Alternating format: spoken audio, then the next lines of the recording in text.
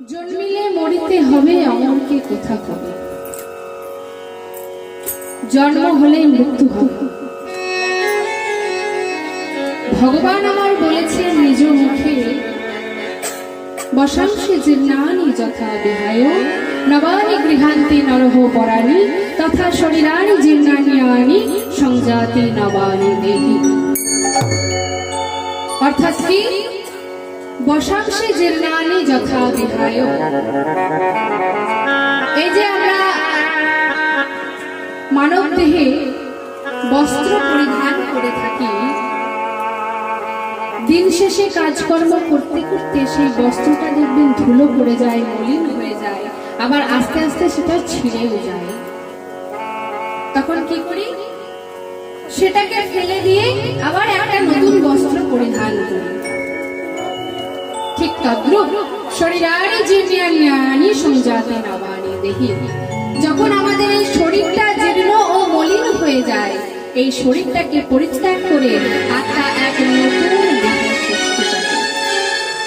আত্মার তো কোনোদিন মৃত্যু হয় না, মৃত্যু হয় শরীরটা মলিন হয়ে যায়, জীর্ণ হয়ে যায়। তখন এই শরীরটাকে ছেড়ে দিয়ে এক নতুন শরীর আত্মা পায়।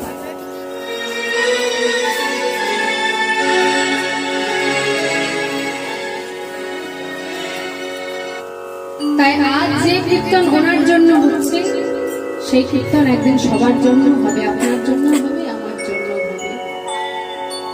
চিরদিন বেঁচে কেউ থাকবো না, মৃত্যু একদিন হবে। তাই যাতে শেষের দিনে আমরা যুগল চরণে ঠাঁই পাই, তার জন্য আগে থেকে কি করতে হবে, কৃষ্ণ চরণটাকে আঁকড়ে ধরতে হবে। কৃষ্ণ চরণ ছাড়া কিন্তু কোনোদিন কিছু আর পাওয়া যায় না। যতই আপনি বলুন না কেন, বাড়িটা আমার, গাড়িটা আমার, এই পুত্র সন্তান সকলে আমার, কিন্তু এই শেষের দিনে কেউ যাবে? কেউ গেছে বাবা? একদিন তো সবটাই ছিল এই বর্ময়ে, তাই না? কিন্তু যখন সে চলে গেল, তখন কি সঙ্গে কেউ গেল? তখন সঙ্গে কিন্তু কেউ যাবে না। তখন সঙ্গে কে যাবে জানো? তখনই এই নাম যাবে,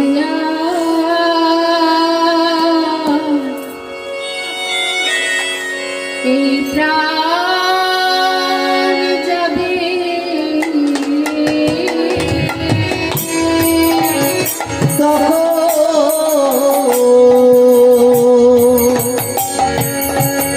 নাম যাবে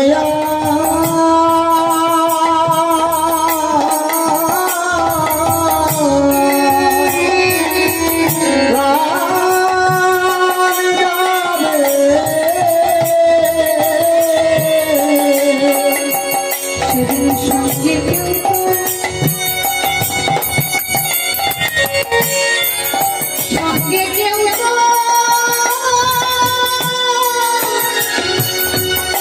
যাবে না।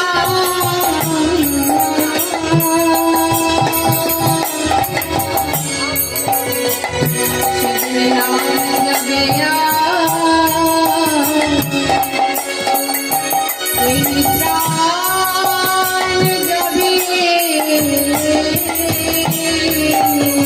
সেদিন সঙ্গে কেউ তো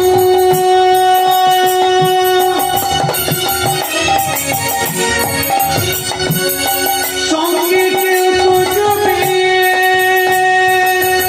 না গো। সেদিন নামে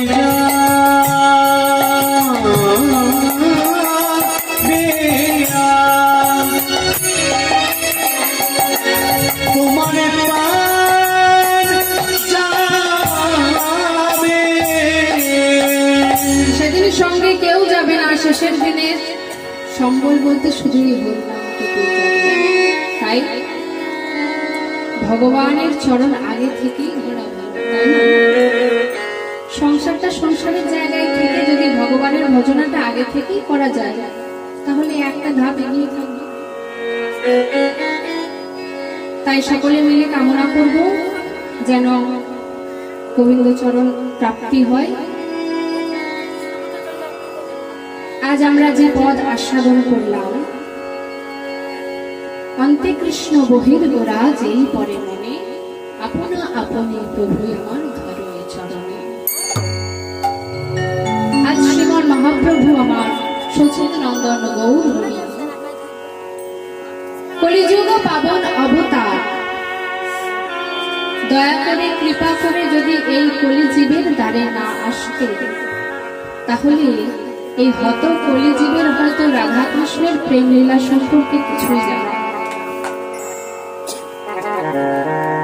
পদে বলা হলো যদি গৌরাঙ্গ না হতো তবে কেমনে হইতো, আমরা কেমনে ধরিতাম রে শ্রী রাধার মহিমা প্রেম রস সীমা জগতে জানাত।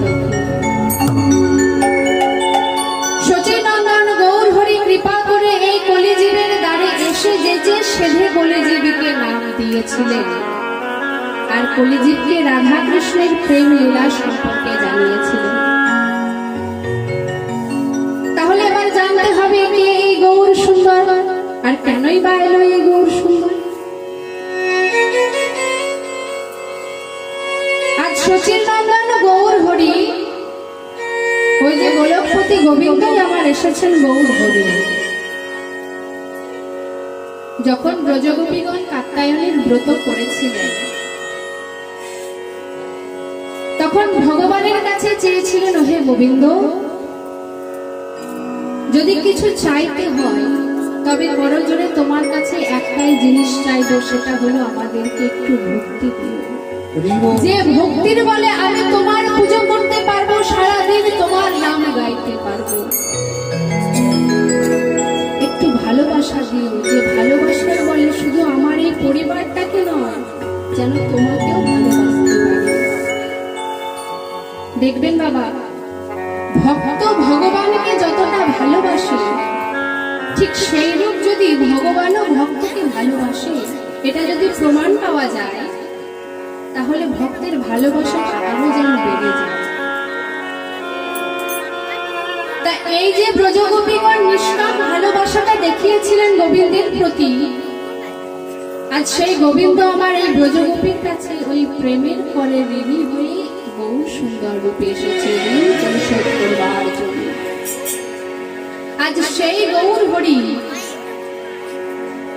নদিয়ার মাঝে করছে কি পূরবের ভাবে বিভাবিত হয়ে, সচিনন্দন গৌর হরি আজ নিজের বাম চরণ জড়িয়ে ধরে নিজেই কাঁদছে আর বলছে, রাধে ও রাধে, আমাকে এবারের মতো ক্ষমা করে দাও। চেয়ে দেখো, আজ গৌর হরি কোন চরণ জড়িয়ে ধরে কাঁদছে। দেখো দেখো, আপনারও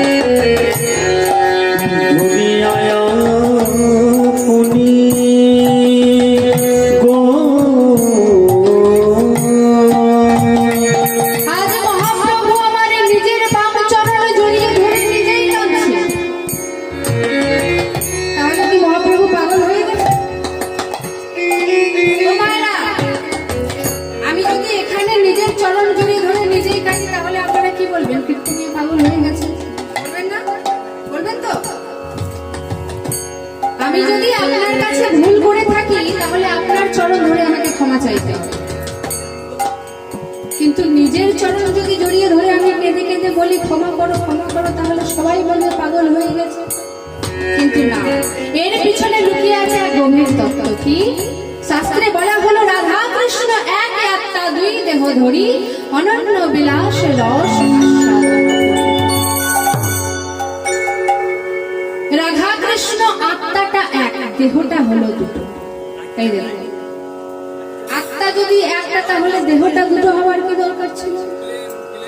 আজ রাধা কৃষ্ণ দুটো ঠাকুর হয়েছে বলে আমাদেরকে দুটো থালা সাজাতে হয়। রাধা কৃষ্ণ দুটো ঠাকুর হয়েছে বলে দুটো সন্দেশ কিনতে হয়। আজ রাধা কৃষ্ণ দুটো ঠাকুর হয়েছে বলে দুটো মালা কিনতে হয়। ঝামেলাটা, খরচাটা কিন্তু আমাদেরই বেড়েছে। একটা খরচা কম হতো না? তো কি দরকার ছিল? বলে দরকার ছিল। যেমন বাৎসল্য প্রেমটাকে অনুভব করতে গেলে, বাৎসল্য প্রেম মাধুর্যটাকে যদি অনুভব করতে হয়, তাহলে কি করতে হবে? একটা অপরের ছেলেকে নিয়ে আপনি আদর করে সেই সুখ পাবেন যতটা নিজের ছেলেকে আদর করে পাবেন।